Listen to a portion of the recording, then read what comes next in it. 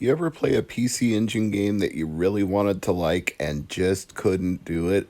I'm Mr. MegaManFan. Welcome back to the PC Engine Files, and today we're looking at Energy. Now, the title alone intrigued me, and I was psyched up to play this.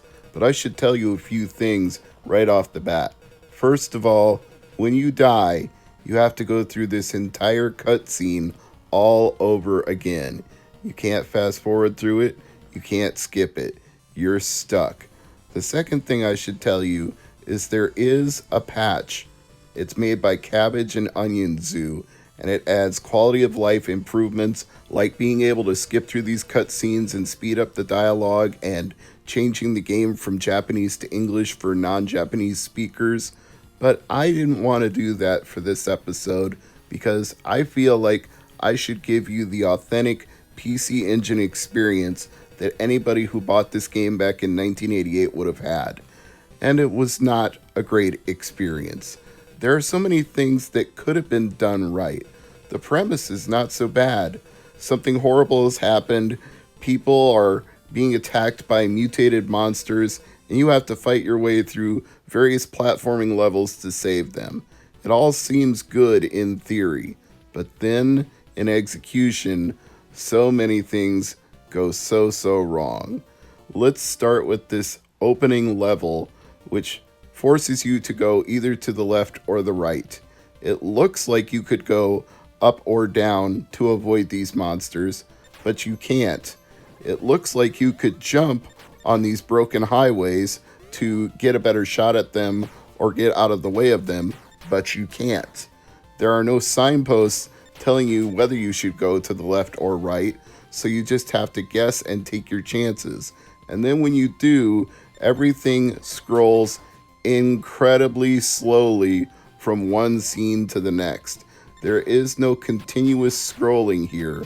This is like an old school 1980s computer game where computers just were not capable of having a scroll buffer at the top or the sides of the screen, so they would draw in one screen at a time when you went from one screen to the next.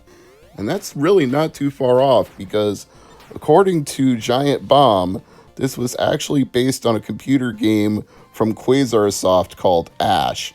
Here's what they said. Quote, "Besides the big improvements to graphic and audio quality, the games seem functionally identical."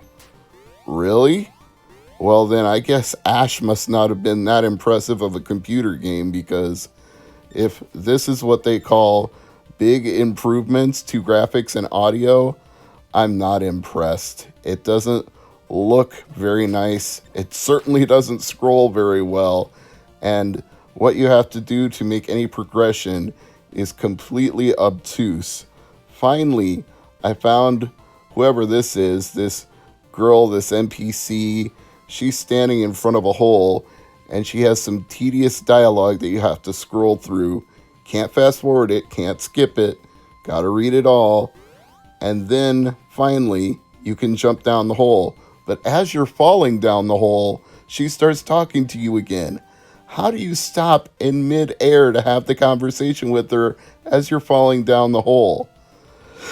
Oh, dear Lord. I wanted to like Energy. I even had some hope when I saw this opening level with these three-eyed fish monster things that looked like they were straight out of an episode of The Simpsons. I was like, okay, now we're getting into some actual action. I can move in more directions than left and right. I can ascend and descend on these ladders. And then I died. And I'm like, oh, for the love of God. I didn't know at the time that I was going to have to sit through all of the cutscenes again, but I quickly found that out. And that ending sequence when you get a game over, why does the music continue on for an indeterminate amount of time and then stop? It makes no sense. First of all, there should be a death sound when you die.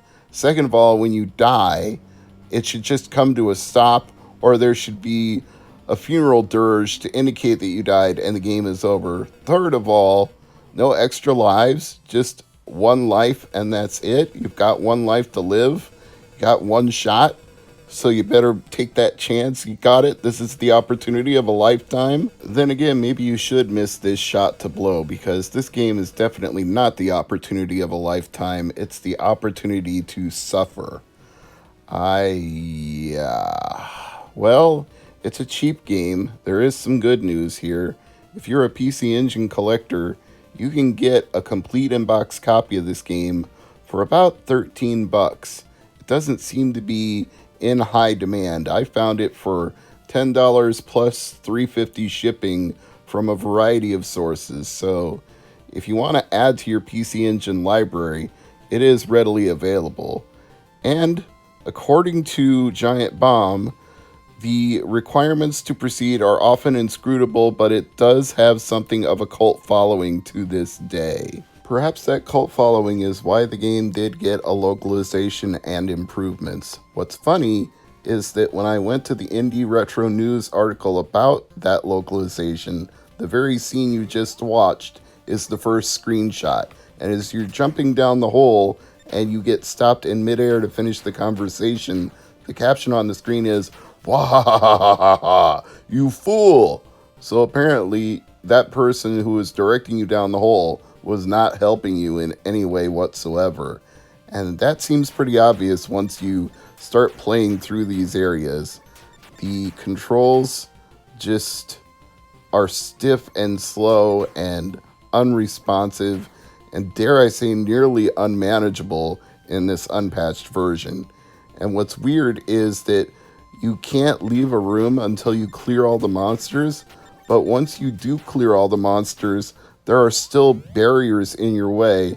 And I apologize if this is graphic, but I have no other way to describe it. You have to hump the barriers to make them disappear. You have to just mash into them with your controller. You get right up next to them, push whichever direction they're in, up, down, left, or right. And until you do that, they don't disappear. You just have to keep thrusting into them until they're gone.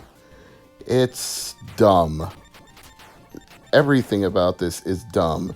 These hovering octopus things in midair, I can only shoot them when they come down to my level or when I climb up and fire at them. It doesn't make sense.